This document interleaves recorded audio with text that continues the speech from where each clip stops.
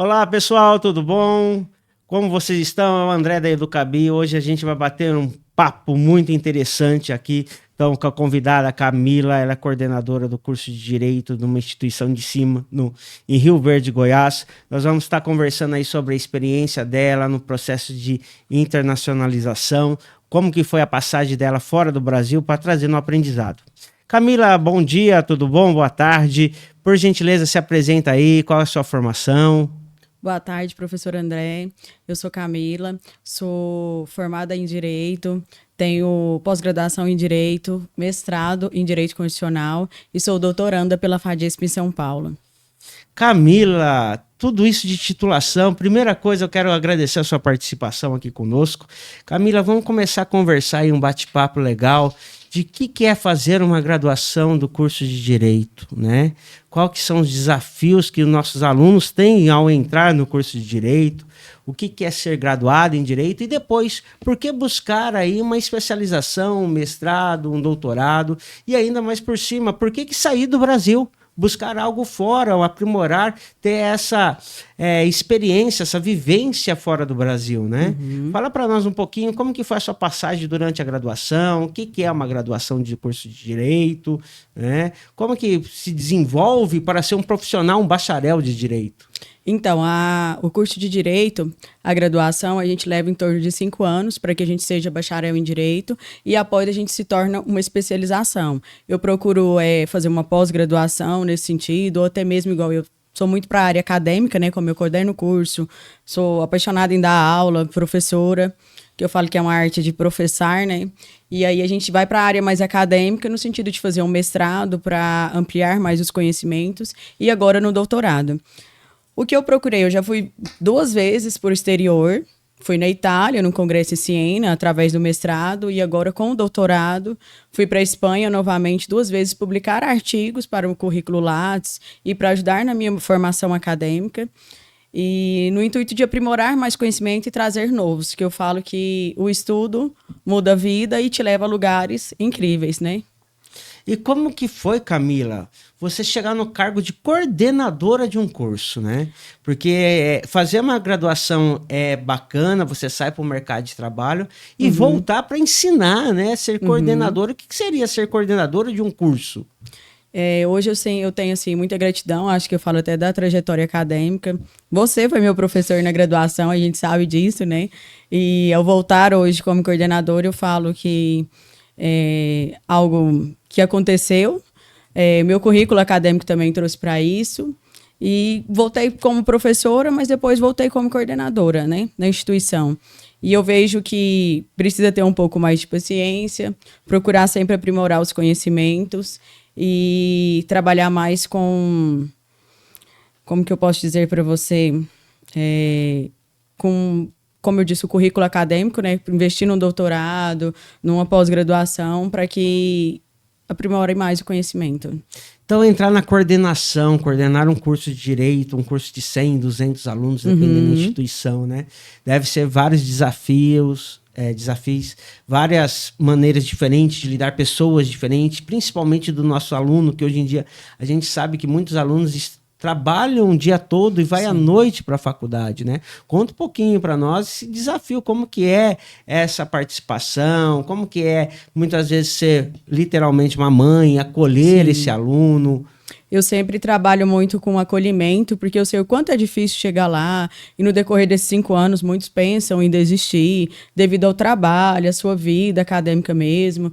Eu tento o mais possível, dentro da normalidade da instituição, acolher aquele aluno e fazer com que ele possa mudar de vida. Porque todos que estão lá sentados hoje são para requerer algo melhor na sua vida no decorrer. Procurou um curso, ainda mais o curso de Direito, através de prestar um concurso, fazer algo no sentido de que sua carreira possa mudar. Então, o curso de Direito leva aí 5 anos para se formar. Saio como bacharel em Direito. Sim. Aí eu tenho uma validação desse diploma, não é? Sim. Onde que seria essa validação para o aluno? Como que seria essa validação para o aluno começar a se tornar um advogado propriamente dito, né? Então, o aluno, quando ele precisa da validação do MEC, instituição reconhecida pelo MEC, né? Para que tenha a emissão do diploma. Após isso, você vai prestar a prova da ordem da OAB através do seu... do 9º até o 10º período, mesmo você cursando o curso de Direito, você pode prestar o exame da ordem ou até mesmo em bacharel de Direito. Caso não queira exercer advocacia, você tem inúmeras possibilidades dentro do curso de Direito. Eu posso me tornar um promotor de justiça, um juiz, um professor, né, universitário. Eu posso virar um assessor de juiz. Eu tenho várias possibilidades. Delegado de polícia também dentro do curso de Direito. Camila, puxando o gancho, me formei. Vou entrar e buscar uma especialização. Vou ser especialista em alguma área dentro do domínio do direito, procurar um mestrado. Como que foi essa busca para entrar dentro do mestrado? Quais são os desafios que você teve, enfrentou dentro do mestrado? O que é um mestrado, né? Qual que foi a sua trajetória? Conta um pouquinho da sua trajetória no mestrado. Eu fiz as minhas especializações e quando chegou no mestrado, eu pesquisei uma instituição e pesquisei entre possibilidades de mestrado. Existe o mestrado profissional e o mestrado acadêmico. Eu preferi o acadêmico porque, como eu trabalho como professora, é o que eu quis. Eu fiz um pré-projeto. Existe quando a gente vai querer fazer o mestrado, a gente precisa fazer um pré-projeto. Depois do pré-projeto, a gente tem a entrevista com o professor, a prova de línguas para fazer e assim finalizar. Aí eu tive aprovação no processo seletivo do edital e após comecei o mestrado e posso dizer para vocês que eles falam um período de 2 anos, mas passa, eu acho que com 6 meses, rapidão, eu consegui nesses 2 anos terminar ele muito rápido e já logo entrar num doutorado. E nesse mestrado você teve um leque, um braço, que foi até uma experiência internacional, né? Sim. Que você foi para onde? Conta um pouquinho dessa experiência dentro do mestrado. O mestrado para pontuar titulação de créditos, que a gente não fala disciplinas, né? A gente fala créditos. Eu visitei tanto Espanha como a Itália, no Congresso Sul-Americano, que fala de direitos humanos. Publiquei um artigo, tive um livro de minha coautoria também, dentro desse mestrado. Através disso, assim, de sempre, eu sou uma aluna que quero sempre fazer tudo bem perfeito. Fui homenageada também dentro do mestrado como a melhor aluna de 2023 do mestrado. E na experiência internacional, me englobou muito. Foi a minha primeira viagem para fora do Brasil, através do mestrado, que eu falo, onde que eu disse muito, e falo até para os meus alunos, que o estudo te muda vidas e te leva a caminhos que você jamais imagina. Da onde foi o mestrado. Que eu jamais imaginei. Eu comecei o mestrado, mas veio esse leque de experiências e... como que eu posso dizer para vocês? Esse leque de experiências e de aprendizado, né? Que eu conheci várias universidades. Eu conheci a Universidade de Siena, na Itália. Eu conheci a Universidade de Valladolid, de Salamanca, que é considerada Salamanca é a primeira universidade fora do Brasil de direito, a maior, de direito civil, que é a área que eu gosto muito, de especialização e que eu ministro aula. E o modelo, na hora que você chegou lá, né? Na sua experiência do mestrado, agora você também teve outra experiência internacional durante o processo aí de doutorado. Metodologia, o impacto que você teve, quais que são que você mais percebeu, que você visualizou assim, opa, é muito diferente. Sim, querendo ou não, a gente precisa aprender outra língua, né? A gente fala em espanhol. No meu caso, que eu falo espanhol, eu estudei para que eu conseguiria falar espanhol para chegar lá na outra língua. E você vê que é um modelo diferente, uma estrutura de universidade diferente. Que eu falo que se a gente tivesse a oportunidade de fazer um módulo fora, nem que seja um mestrado sanduíche, que a gente usa muito isso, um doutorado, a sua experiência acadêmica seria outra. A gente vê até da biblioteca ao auditório totalmente diferente. São mais aquelas... A instituição, vamos dizer, parece dos filmes mesmo de televisão. É algo diferente. Esse impacto que você teve lá, que você viu, o que você conseguiu trazer para o Brasil? Aplicar hoje em dia, dentro do curso onde que você coordena, o que você viu de lá que você consegue trazer para a nossa realidade? eu consigo trazer conhecimentos jurídicos, do qual tive com juiz, promotores, desembargadores, desembargador aposentados, professoras da PUC. A gente faz um leque de informações e até apresentar esse artigo para eles com conhecimento novo e do que tem sido atual, julgamentos do STJ, assuntos relevantes da prática judicial, para que eu possa trazer para os alunos. Existe lá espaço de gamificação, de novas tecnologias, de metodologias diferentes, que a gente compreende como as metodologias ativas aqui no Brasil. Sim. Como que é aplicado lá para você trazer essa vivência aqui para nós? Lá existe o espaço, igual estuda muito, na biblioteca, né? E na biblioteca existe computadores, espaços metodológicos para que você passe o dia inteiro estudando maior que nós. Você vê que o estudante lá ganha bolsas de estudo para que eu possa me dedicar à área acadêmica. Eu não preciso trabalhar para que eu estude à noite, hoje como a maioria é no Brasil. Lá não, lá você foi com o intuito de estudar, eu recebo bolsa para aquilo. E além dessas bolsas, nós conseguimos hoje com o nosso aluno jogar esse aluno, colocar esse aluno para ter uma vivência lá fora. O que você vê?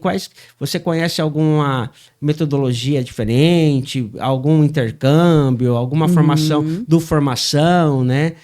Formações que dão certificações tanto no Brasil quanto lá fora. Tem programas, é fácil o aluno ter acesso, o que ele precisa. Você comentou aí de uma segunda língua, né? Que é muito importante ter uma segunda língua. Sim, primeiro, para que a gente vá para fora do Brasil, a gente precisa escolher uma língua do qual eu vou estudar, ou o espanhol, ou o inglês. A partir disso, depois que eu tiver um domínio, existem editais que publicam muito, instituições, igual para fora do Brasil, que fazem intercâmbio. Você pode se inscrever, requerer uma bolsa nesse sentido, para que você possa estudar. Existe, até com fundamento nisso, existe Biroju, FADISP, várias instituições que eu possa requerer estudar. Ficar atento aos editais e dentro dele, se eu me encaixar devido a eu ter a segunda língua, eu consiga. Trazendo para a nossa realidade, do aluno hoje que está dentro de uma instituição de ensino. Né? Nós sabemos que a população brasileira, se nós fizermos um levantamento, 29% são analfabetos funcionais. Sim. Né? Então, quando entram na faculdade, vem com déficit, né? Esse aluno com força de vontade consegue fazer um programa de internacionalização e ir para fora? Consegue sim. Se estudar bastante edital e você tiver força de vontade, você consegue, com certeza. Você achou que a maior barreira foi a linguagem? Sim. A língua? Sim. A língua, dependendo muito, igual a gente vai para a Itália, que usa mais o italiano ou o inglês. Então, eu acho a língua é muito difícil. Se você não conseguir falar outra língua, é muito difícil você sobressair. Querendo ou não, hoje existe a tecnologia, que é o celular, que vai poder te ajudar muito. Mas, às vezes, se você for de boca a boca, não consegue. A tradução simultânea. Sim, simultânea não. Lá eles não têm essa, vamos deixar o brasileiro, vamos... Não, até porque você vê que eles não gostam muito de brasileiro, né, do português. E são poucos sem educação, cada um é sua origem, né? Pra gente dizer, sua origem, sua criação, o mundo, o país que é lá, cada um tem a sua forma. Sua forma de conduzir o processo, né? Se a gente pegar um aluno hoje, trabalhar com esse aluno, quais seriam os desafios que a gente pode colocar para esse aluno quando termina de formar? Os desafios. Acabei de fazer uma graduação. Quais são o que eu vou encontrar no mercado de trabalho? O aluno, muitas das vezes, saiu meio perdido, querendo ou não. Professora, muitos me procuram. O que eu vou fazer agora? Eu quero fazer uma pós-graduação, eu quero fazer um cursinho, eu quero fazer prestar um concurso. Qual cursinho você me indica? Vai muito do aluno. Porque eu tenho aquele aluno que já sai da instituição, às vezes já se tornou um advogado, já passou no exame da ordem. Eu tenho aquele aluno que... Eu tenho até um agora... foi aprovado no concurso de delegado de Minas Gerais. Vai muito para dizer nesse sentido, o que fazer após graduação exige muito de você. Igual eu falo, você entrou hoje, igual eu dou aula para alunos de primeiro período. Você entrou hoje você precisa saber o que você quer. Qual concurso você vai querer? Começar a estudar desde hoje. para lá na frente você ter um resultado com a sua graduação. Fazer o básico bem feito desde o início. Sim, desde né? o início. Que lá na frente você não vai ter consequências. E você, como coordenadora de professores, como que você leva as suas experiências que você teve para esses professores replicarem em sala de aula? Sim. Como que eu posso falar assim, não, tem uma metodologia tal, como que eu encanto o meu professor e encanto depois meu aluno?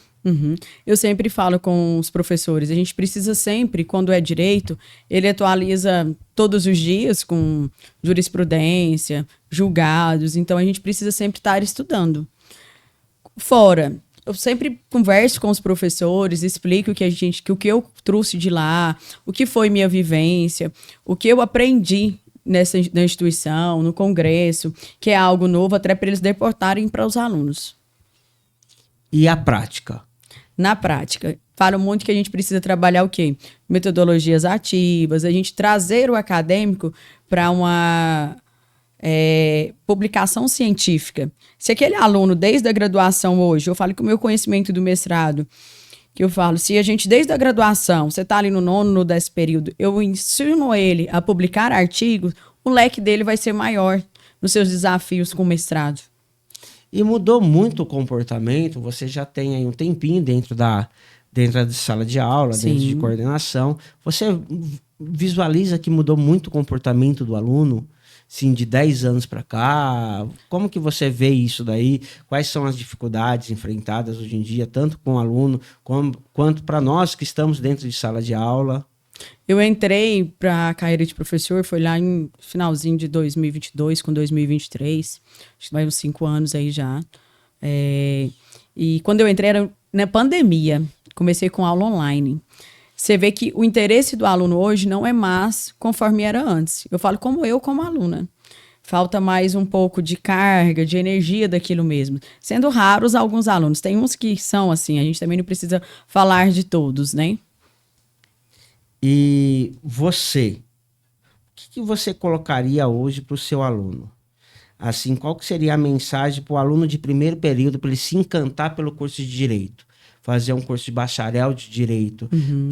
Porque muitas vezes a gente tem os nossos traumas, nossas frustrações, referente à profissão, Sim. Mas ainda ao lado positivo da profissão. O que ela encanta um aluno? Se eu fosse trazer hoje um aluno para a instituição onde que você está, o que você encantaria esse aluno? Eu sempre trabalho com eles o quê? Que o curso de Direito, ele abre várias portas e várias oportunidades. Vai do aluno para ele, que ele possa conseguir essa oportunidade na vida dele.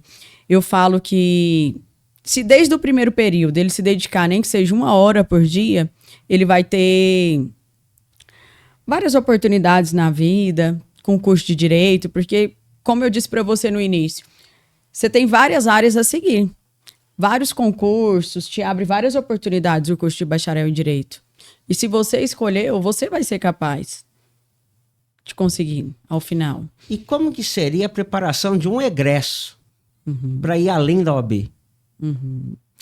Eu sempre trabalho com eles igual, nesse sentido. Até esse aluno meu mesmo que passou no concurso de delegado, ele falou, professora, quando você consegue um tempinho na sua agenda, eu queria apresentar para você, ele está na fase de prova oral, para mim tirar uns vícios meus da prova oral. Eu queria me apresentar para você no meio da semana, essa 1 hora por dia, para que eu possa ver se algo está errado. E para mim seria uma honra a senhora me ouvir por esse minuto, nem que seja 40 minutos. Eu fico até lisonjeada com ele, com tudo isso, por poder ajudá-lo a seguir, né, a carreira. Então, você coloca aí o aluno sendo protagonista do seu próprio aprendizado, Sim. do ensinar e aprender, ele buscar informação, e chegou aí, passou o exame, né, da OAB, ele buscar ainda mais qualificações para o mercado. Sim, buscar mais qualificações para o mercado, e depende do leque de que ele vai escolher. Muitas das vezes o acadêmico quer um concurso, né? Quando ele quer o concurso público, ele se pega aquele edital, foca nele, estuda, e lá na frente você vai conseguir êxito na sua aprovação. A gente teve até uma palestra, o segundo Eu sempre trago para os meus alunos algo motivacional de alunos que teve na instituição. Egressos, aham. O segundo juiz federal mais novo do país, no Brasil nosso, foi meu aluno na instituição. Então, isso já é algo vantajoso e onde que eles conseguem ver que eles são capazes também de ir além e chegar lá. Eu sei que é muito gratificante, onde que a gente tem vários alunos aí, egressos. Eu tenho delegados, eu tenho juízes, eu tenho promotor, que passaram pela nossa mão, né? Você vê quanto que é gratificante o poder desse aluno, que muitas vezes eles chegam cru, né? Literalmente cru, sem base nenhuma, e durante o processo de ensino-aprendizagem desses 5 anos, aí se tornam algo além do bacharel. Busca o seu aprimoramento, busca seu ensino, busca algo a mais do que somente ser um bacharel. Por causa que muitas vezes o aluno se acomoda. Sim, ele se acomoda e acha que não é capaz. E a gente tá ali, igual eu como professor, eu falo que a gente se torna uma mãe. Por mais que tenha as mesmas idades e tudo, ou tem alunos até mais velhos, você tem um carinho como mãe por eles. E no intuito de incentivar e fazer que ele faça o seu ato de professar, né? Que eu falo no início. De se tornar alguém da sua carreira ou algo que sonha. Porque todo mundo que está sentado ali está atrás de um sonho. E esse sonho, galgar esse sonho, como você conseguiu já fazer, além do seu curso de Direito, fazendo um mestrado, agora fazendo um doutorado, esse galgar, esse degrauzinho por degrauzinho que você subiu, a gente sabe que não foi fácil. Não. A gente sabe, teve muito apoio de pessoas. Como que foi a ajuda? Porque a gente, de vez em quando, aparece alguns anjos na nossa vida, né? Eu tive muita ajuda, eu sempre fui uma pessoa, como que eu posso dizer, converso com todo mundo, tenho um leque aberto, não sou muito fechada. Sempre busquei, por mais que é difícil ir atrás dos meus sonhos, a conquistar aquilo que eu almejo. E digo que desafios existem, mas cabe a gente, por mais difícil que ele seja, fazer se tornar real, né? E a gente sabe que, além de coordenadora, é mãe, esposa, tem outras funções, né? Que a gente sabe que no dia a dia vai aparecendo aí. E quando a gente está imersa dentro do mundo acadêmico, o mundo acadêmico muitas vezes judia, né? O mundo acadêmico muitas vezes ele exige de você uma exclusividade. Ele exige de você que você tenha um preparo, que você busque publicações. E a gente sabe que além de Lattes, né?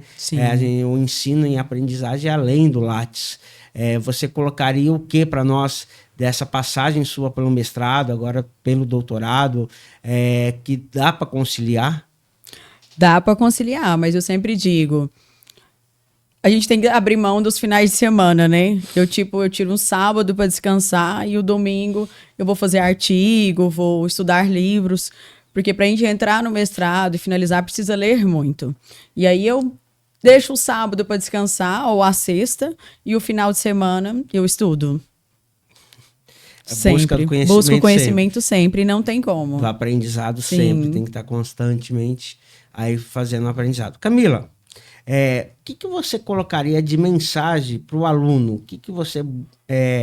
Como seria a sua mensagem para o aluno que busca a parte jurídica, que busca a parte de fazer bacharel em Direito e busca também qual que seria o papel desse aluno aí para entrar no mestrado, no doutorado, se aprimorar? Qual que seria a mensagem que você deixaria?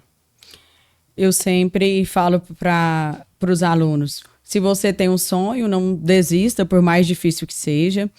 Pesquisem, estudem. Eu sempre vou estar, por mais que você se formou, de portas abertas para receber você, te orientar, te auxiliar.